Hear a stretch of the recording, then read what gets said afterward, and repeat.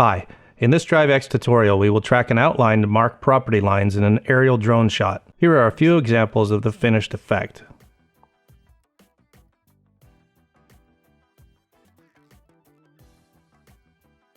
Start with an aerial shot on your timeline.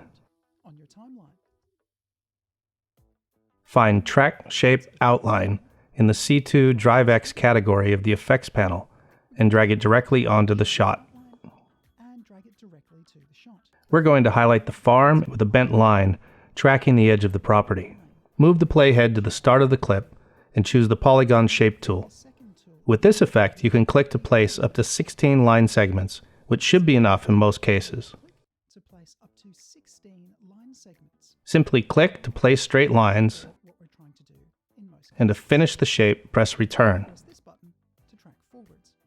Now press the Track Forwards button.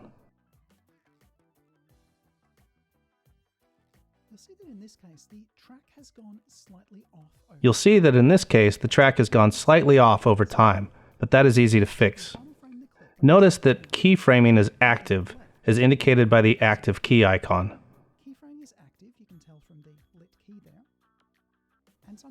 Let's adjust a few of the shape edges that drifted. The first frame is automatically a keyframe, so adding the one at the end means that we only have two specific keyframes, and the shape is then blended between those extremes. Keep in mind that in some shots you may get better results by tracking backwards instead of forwards. Now that the track is complete, you can adjust the thickness of the line and the color of the line.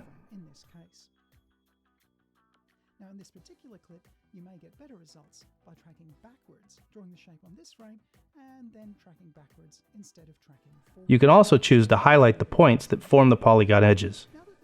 We have the choice of round, square, diamond, or none. I'll just increase the size of those and show you the different options. Be aware that small points might be hidden in the viewer by the handles of the effects user interface. You can hide the DriveX user interface handles by simply clicking on another part of the inspector to deselect the effect. We can also obviously change their color. DriveX comes with 30 included templates for tracking 3D text, shapes, and particle effects into your shots. Download the free trial now from CoreMelt.com.